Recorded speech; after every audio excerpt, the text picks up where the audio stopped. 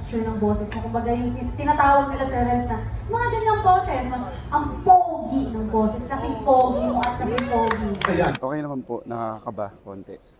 Susubukang maagaw.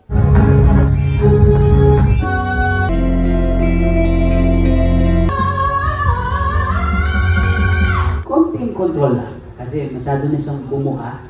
Although mataas na kasi, kaya medyo mahirap na. Pero if you can control that part na mataas, mas maganda, di ba? This is my very, very first time na sumali ng singing contest, but I'm still happy. And I'm glad I knew about the things na kailangan kong improve para next time, yun yung gagawin ko.